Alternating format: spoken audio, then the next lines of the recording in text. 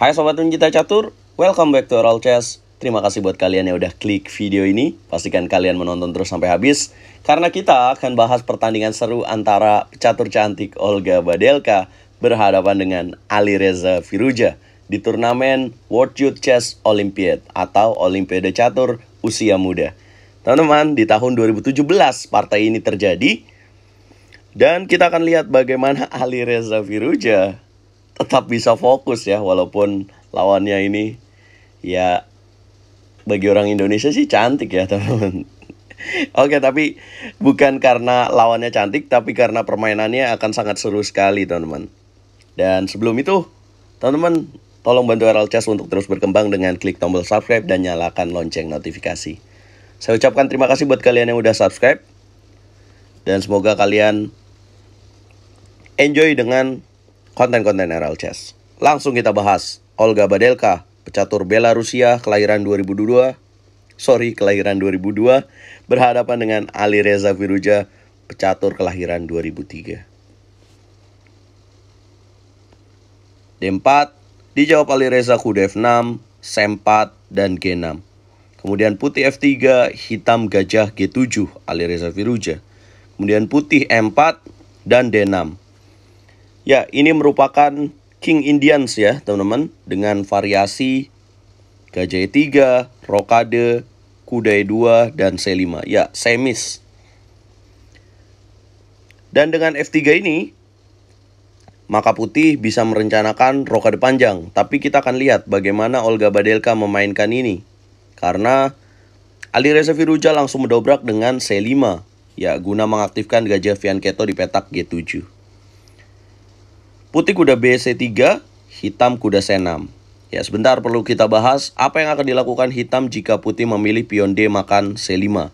Ya, jika putih memilih pion D makan C5, maka hitam akan menjawab dengan pion D makan C5. Ya, jika menteri makan menteri, maka akan dijawab dengan benteng makan menteri. Dan apabila makan pion C5, maka hitam akan menjawab dengan kuda makan pion M4. Boom! Yang kalau dimakan, maka akan ada gajah B2. Akan dapat benteng di petak A1. Oke, kita back to the game. Itulah mengapa Olga Badelka tidak mengambil pion D makan C5. Ya, setelah kuda C6, putih menjawab D5. Kemudian hitam kuda E5, ancam pion C4, putih kuda G3. Kemudian hitam dobrak dengan E6 guna mengaktifkan jalur E. Kemudian putih gajah E2. Hitam pion E makan D5. Kemudian putih pion C makan D5. Alireza Firuza menjalankan A6 dengan ide B5. Putih tahan dengan A4 dan hitam gajah D7. Secara evolution bar dikatakan di sini 12 langkah unggul putih. Tapi kita tahu perjalanan masih panjang dan putih melanjutkan dengan A5. Sebuah pilihan yang kurang tepat dalam posisi ini. Pilihan lain yang bisa dipilih oleh putih adalah dengan memilih rokade pendek. A5, hitam menjawab dengan B5, mendobrak. En passant pion A makan B6, menteri makan pion B6, ancam pion B2, putih jaga dengan benteng A2. Kemudian hitam gajah B5, Alireza memaksa. Kemudian kuda makan gajah, pion A makan kuda, kemudian menteri A1. Ya, mempertahankan jalur A, hitam memilih menteri B7. Kemudian putih rokade pendek, hitam kuda F D7. Ya, mengaktifkan gajah Fianchetto. Kemudian dijawab gajah D2. Hitam C4, putih F4. Hitam kuda C5. Alireza Firuza membiarkan kuda di petak E5 dimakan oleh pion F4. Apa rencananya? Ya, Olga Badelka memakan kuda di petak E5. Dan Alireza masuk kuda B3, ancam menteri, dan ancam gajah di petak D2. Benteng makan benteng, kuda makan menteri. Ya, Olga Badelka di sini lebih memilih memberikan menterinya. Ya, pilihan lain jika dia memilih menteri B1 tentu akan kerepotan ya, dengan adanya ancaman kuda makan gajah D2. Ya, tentu kita balik lagi. Pilihan lain selain Olga Badelka makan kuda di petak E5 adalah dengan benteng makan benteng. Tetapi ini tidak dipilih, dan dengan pilihan ini Olga Badelka kehilangan menteri. Kemudian benteng A makan A1. Namun secara materi, dua benteng, sepasang gajah, dan kuda melawan menteri, benteng, dan gajah. Tentu ini yang seimbang, teman-teman. Materi yang seimbang. Kemudian hitam melanjutkan dengan gajah makan pion E5. Putih gajah C3 coba menyederhanakan, hitam skak menteri B6. Putih raja H1. Hitam menjaga dengan F6, memperkokoh titik E5. Putih benteng F3. Alireza benteng C8. Ya, dia coba manfaatkan dua pion C dan B.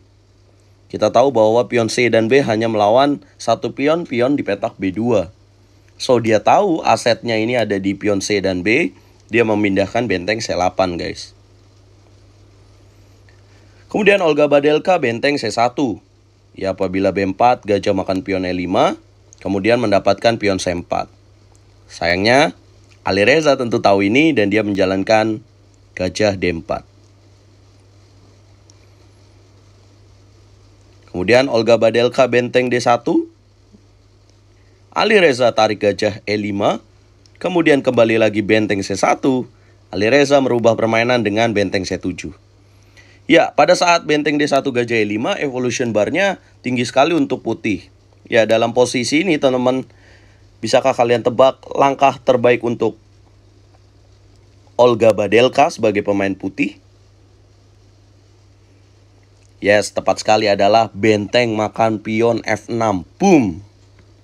Yang kalau dimakan, kemudian makan kembali, dan apabila hitam B4, maka putih bisa melanjutkan dengan gajah G4. Ya, apabila benteng naik ke petak C7, maka akan ada gajah E6. Boom! Raja harus pindah ke petak F8, dan ada jalan benteng F1 dengan ide membuka gajah gelap dan skakster. Ya, apabila geser raja E8, maka akan dilanjutkan dengan langkah E5. Yang apabila dimakan, pion D makan E5, maka putih akan melanjutkan dengan kuda E4. Apabila C3, maka akan dijawab dengan D6. Ya, apabila benteng naik, maka akan ada D7 dan jadi menteri. Dan apabila jalan menteri A6, ancam benteng F1, maka akan dijawab dengan benteng S1. Benteng A7, maka akan dijawab dengan D7. Apabila dimakan, makan. Kalau dimakan kembali ada skakster. Apabila raja F8, maka putih akan melanjutkan dengan gajah E5. Ya, masih cukup seru teman-teman, tapi secara evolution bar ini sudah telak unggul untuk putih. Dan pion promosinya akan jatuh. Ya, inilah yang akan terjadi, dan kita kembali lagi ke partainya. Jadi setelah pemilihan gajah E5 kemudian kembali lagi benteng C1, ini sebuah kesalahan yang dilakukan oleh Olga Badelka. Kemudian Alireza merubah dengan benteng C7. Putih kuda F1, hitam raja G7. Putih kembali lagi kuda G3, hitam menteri C5. Menunggu momen yang tepat, itulah yang dilakukan oleh Alireza Firouzja. Putih benteng C F1. Hitam mundur raja G8. Dan kemudian Olga Badelka baru menemukan langkah benteng makan pion F6. Boom. Tapi sayangnya it's not the right moment, bro. Ini bukan momen yang tepat. Ya, kita tahu bahwa catur adalah tentang momen ya. Ini sudah momen yang berbeda, di mana saat ini jika putih melakukan benteng makan pion F6, maka dianggap sebagai sebuah kesalahan. Melanjutkan ini, Alireza pukul benteng F6.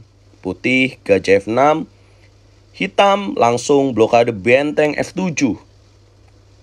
Kemudian putih gajah G4, ide gajah E6. Respon apa yang harus dilakukan hitam, teman-teman? Ini adalah waktunya tantangan buat kalian. Ya, tepat sekali adalah benteng makan gajah gelap di petak F6. Boom!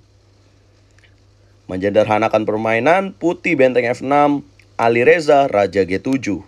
Putih benteng F1, menteri D4 masuk, benteng jaga pion B2, benteng B1, raja F6 dimainkan oleh hitam. Gajah F3 putih, Alireza, naik lagi rajanya ke petak E5. Putih kuda E2, hitam tarik menteri A7 guna mengganggu dengan menteri A2. Kemudian putih benteng D1. Alireza masuk menteri A2. Putih kuda D4, menteri makan pion B2. Kuda C6 skak, hitam naik raja F4, putih dobrak dengan E5. Ya, coba memanfaatkan keunggulan pion promosi di jalur D. Alireza fokus dengan pion C3. Pion E makan D6, 2 langkah lagi promosi. Evolution bar menunjukkan bahwa putih di sini kalah. Waktunya tantangan kembali Sobat Herald Chess. Coba pause videonya dan tebak sebagai Alireza Firouzja kalian akan memilih jalan apa.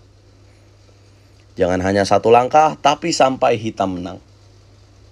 Yes, tepat sekali adalah langkah C2.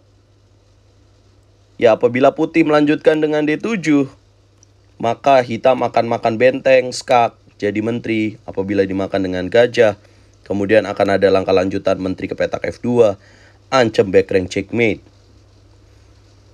Ya, apabila G3, maka akan dimainkan raja E3. Dan apabila jalan H4,